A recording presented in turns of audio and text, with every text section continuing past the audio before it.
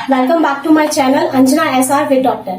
और आज हम आपके साथ में एक बार फिर रूबरू हो रहे हैं और हमारे साथ में आज मौजूद है डॉक्टर दिनेश गुप्ता सर, जो कि ऑन्को सर्जन है और अभी Narayana multi speciality hospital Jaipur में अपनी सेवाएं दे रहे हैं। तो आज हम जो बात करेंगे वो इसी टॉपिक पे है, कैंसर। सर, आपका बहुत बहुत शुक्रिया हमारे चैनल पे आने के लिए। धन्यवाद। सर, अभी आज जो हम आपसे इंक्वायरी करना चाह रहे हैं हमारे व्यूअर्स के लिए, तो वो ये चीज है कि जो कैंसर है आजकल, सबसे पहले तो ये कि कैंसर है क्या चीज। नॉर्मली सभी लोगों को लगता है कि जैसे अगर मुझसे भी पूछा जाएगा कि या तो बीड़ी सिगरेट पीने या धूम्रपान करने से कैंसर होता है, या ये है कि प्लास्टिक की चीजों को यूज करने से, उसमें खाना खाने से कैंसर होता है। तो एग्जैक्ट कैंसर क्या चीज है? देखिए, हमारा शरीर ना छोटे छोटे सेल्स से बना होता है जो कि करोड़ों की संख्या में होते हैं। नॉर्मली ये सेल्स ग्रो करते हैं, डिवाइड होते हैं और उनकी डेथ हो जाती है। लेकिन कैंसर में क्या होता है कि कुछ सेल्स में जेनेटिक म्यूटेशन आ जाती है, जिसकी वजह से वो सेल ग्रो करता है, डिवाइड करता है, लेकिन उनकी डेथ नहीं होती। जब हमारे बॉडी के सेल्स की अनकंट्रोल्ड ग्रोथ होती है तो उसे हम कैंसर कहते हैं। ओके, बट कैंसर किस कारण से होता है सर? उसके कारण क्या है? देखिए, जो हमारा बॉडी में सेल्स हैं उनके अंदर जेनेटिक इंफॉर्मेशन होती है। तो वो सेल्स जैसे नॉर्मली मैंने बताया ग्रो करके डिवाइड करते हैं और उनकी डेथ हो जाती है। लेकिन अगर हमारे सेल्स के डीएनए में कुछ जेनेटिक म्यूटेशन आ जाए जिसकी वजह से वो सेल की डेथ नहीं हो पाए तो उस समय कैंसर बनता है। 90% ऑफ द टाइम ये जो जेनेटिक चेंजेस आते हैं ये एनवायरमेंटल फैक्टर्स की वजह से आते हैं, जो आसपास हमारा एयर पोल्यूशन है, अल्कोहल है, स्मोकिंग है। और 5 to 10% केसेस में ये जेनेटिक चेंजेस हेरिडिटरी होते हैं, यानी कि पेरेंट से बच्चे में ट्रांसमिट होते हैं। नॉर्मली अगर कोई म्यूटेशन होता है तो उस सेल्स की भी डेथ हो जाती है। लेकिन जब ये म्यूटेशन बढ़ता जाता है, first level, second level, third level, तो एक कंडीशन ऐसी आती है कि जब उन सेल्स की डेथ नहीं होती और वो अनकंट्रोल्ड ग्रोथ करते हैं, उस समय कैंसर डेवलप होता है। बट कैंसर भी बहुत तरह के होते हैं सर, तो कितने प्रकार के हैं ये कैंसर? देखिए, हाँ, हमारे बॉडी में अलग अलग ऑर्गन्स हैं। जितने भी हमारी बॉडी के पार्ट्स हैं सब में कैंसर डेवलप हो सकता है। बॉडी में हमारे लगभग 200 अलग अलग तरह के कैंसर हो सकते हैं।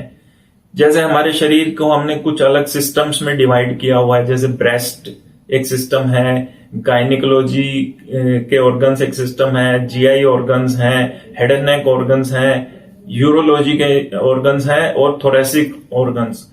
तो हमारी बॉडी के जितने भी ऑर्गन्स हैं, जितने भी सिस्टम्स हैं, सब में अलग अलग कैंसर डेवलप हो सकता है। तो जो कैंसर है वो पर्टिकुलर किसी एज में होता है सर, या किसी भी एज में हो सकता है? देखिए, कैंसर की मैक्सिमम इंसिडेंस ओल्ड एज में होती है, 50-60 ईयर्स के बाद। ऐसा इसलिए होता है कि ओवर द लाइफ जो जेनेटिक चेंजेस हैं वो डेवलप होते जाते हैं, बढ़ते जाते हैं और एक स्टेज के बाद वो अनकंट्रोल्ड चेंजेस हो जाते हैं। इसलिए ओल्ड एज में 60 प्लस में कैंसर की इंसिडेंस काफी ज्यादा होती है। लेकिन कैंसर किसी भी एज में हो सकता है, बर्थ से लेकर डेथ तक किसी भी एज में कैंसर डेवलप हो सकता है। जो बच्चों में कुछ कैंसर ज्यादा होते हैं वो इसलिए होते हैं कि वो जेनेटिकली ट्रांसमिटेड होते हैं, हेरिडिटरी म्यूटेशंस होती हैं, इसलिए बच्चों में भी इंसिडेंस होती है। यंग एज में भी कुछ कैंसर हो सकते हैं, बट हाँ, मैक्सिमम इंसिडेंस ओल्ड एज में होती है। ओके, और ये जो कैंसर है ये मतलब फैलता कैसे है, और दूसरा कि इसमें स्टेजेस भी होती हैं? कैंसर जो है, जैसा कि सेल्स की ग्रोथ होती जाती है तो सबसे पहले तो वो कैंसर धीरे धीरे बढ़ता जाएगा और जिस ऑर्गन में स्टार्ट हुआ है उसी में साइज उसका बढ़ता रहेगा। जैसे सपोज करें कि कोई भी एक ऑर्गन में वो स्टार्ट हुआ है, पहले तो उस ऑर्गन में उसकी ग्रोथ होती रहेगी। फिर एक स्टेज ऐसी आएगी कि जब वो अपने मेन ऑर्गन से निकल के आसपास के सारे ऑर्गन्स में फैलना शुरू हो जाएगा। इसे हम बोलते हैं direct spread, because of the growth of the cancer. दूसरा स्प्रेड का मोड होता है लिम्फेटिक स्प्रेड। जो कैंसर सेल्स हैं वो अपने ऑर्गन से स्टार्ट होके लिम्फेटिक चैनल्स के थ्रू आसपास के लिम्फ नोड और फिर दूर की लिम्फ नोड में पहुंचना शुरू हो जाते हैं। तीसरा मोड ऑफ स्प्रेड होता है ब्लड के थ्रू। जैसे ही कैंसर सेल ग्रोथ करते हैं वो अपने मेन प्राइमरी ऑर्गन्स की छोटी छोटी ब्लड वेसल्स में एंटर कर जाते हैं। फिर वो ब्लड वेसल्स के थ्रू शरीर के किसी भी हिस्से में पहुंच सकते हैं और उस हिस्से में पहुंचने के बाद वो ब्लड वेसल से बाहर निकल के उस ऑर्गन में कैंसर की ग्रोथ करते हैं।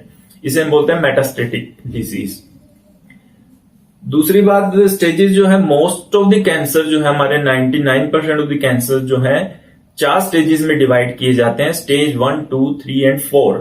स्टेज 1 में बहुत अर्ली डिजीज होती है, limited to the organ of origin, जहां से वो स्टार्ट हुआ है।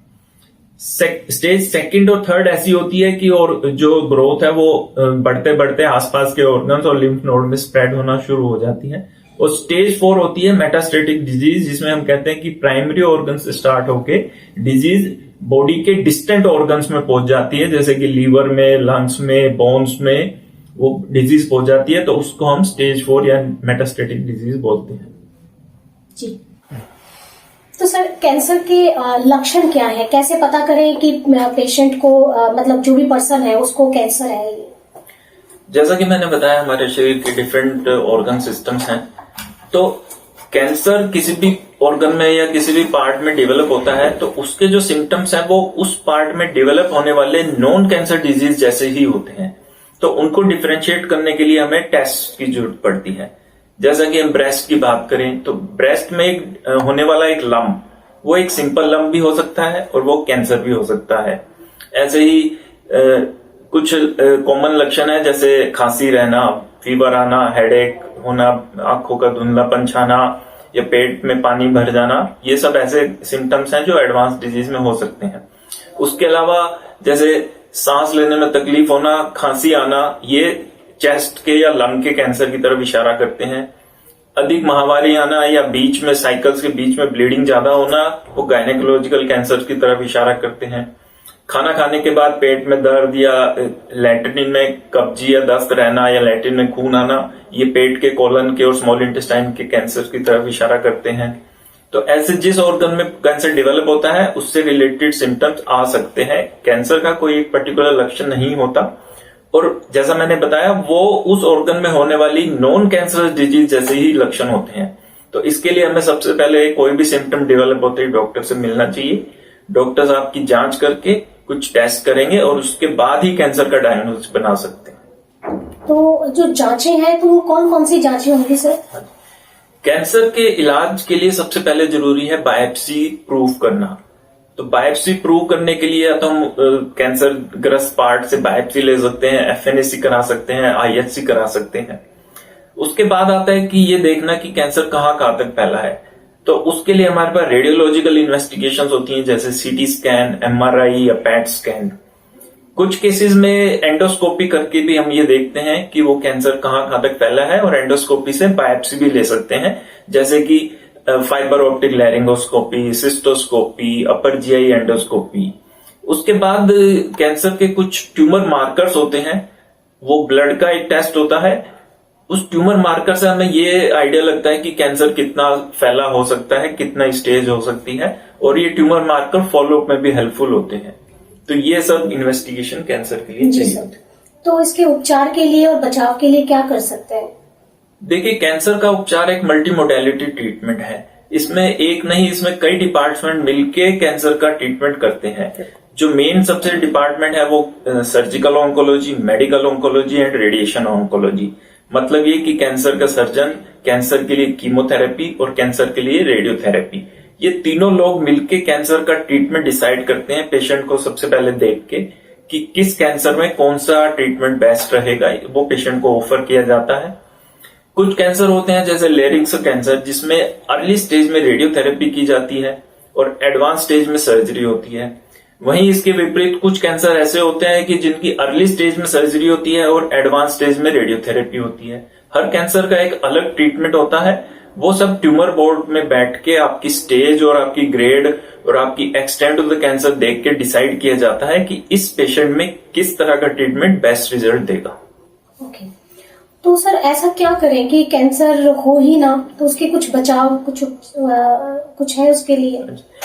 कैंसर से बचाव के लिए हमें हेल्दी लाइफस्टाइल अपनाना चाहिए। उसमें ओबेसिटी को अवॉइड करें, ओवरवेट ना हो, फिजिकल एक्टिविटी रखें कंटिन्यू, अल्कोहल को अवॉइड करें, स्मोकिंग वगैरह कम रखें, जहां तक हो उसके एयर पोल्यूशन से बचाव रखें। कुछ ऑक्यूपेशंस ऐसे होते हैं जिसमें ऑक्यूपेशनल हैजार्ड होता है, जैसे केमिकल्स वगैरह का एक्सपोजर होता है, तो अपने वर्क प्लेस पे उनसे बचाव रखें। कुछ कैंसर हैं जिनके लिए वैक्सीन अवेलेबल है, जैसे कि हेपेटाइटिस बी। अगर हेपेटाइटिस बी की वैक्सीन बचपन में लगवा लेंगे तो लीवर कैंसर होने के चांसेस कम रहेंगे। इसी तरह गर्ल चाइल्ड में सर्विक्स के लिए वैक्सीन आई है जो एचपीवी वायरस के लिए है, तो अगर वो वैक्सीन हम लेंगे तो आगे चल के सर्विक्स कैंसर होने के चांसेस कम रहते हैं। ये कुछ बचाव हैं जो कैंसर से बचने के लिए किए जा सकते हैं। Thank you sir, thank you so much. बहुत ही बढ़िया और अच्छी इन्फॉर्मेशन हमें सर ने दी है कैंसर से रिलेटेड, और मैं आशा करती हूँ कि ये जो वीडियो है उसके थ्रू काफी लोगों को अवेयरनेस मिलेगी। और जो भी व्यूअर्स मेरे चैनल पे नए हैं वो प्लीज मेरे चैनल को सब्सक्राइब करें, लाइक करें और अपने फैमिली फ्रेंड्स के साथ भी शेयर करें, ताकि इतनी अच्छी जो इन्फॉर्मेशन है कैंसर से रिलेटेड वो उनको भी मिले। और तब तक के लिए नमस्कार। नमस्कार।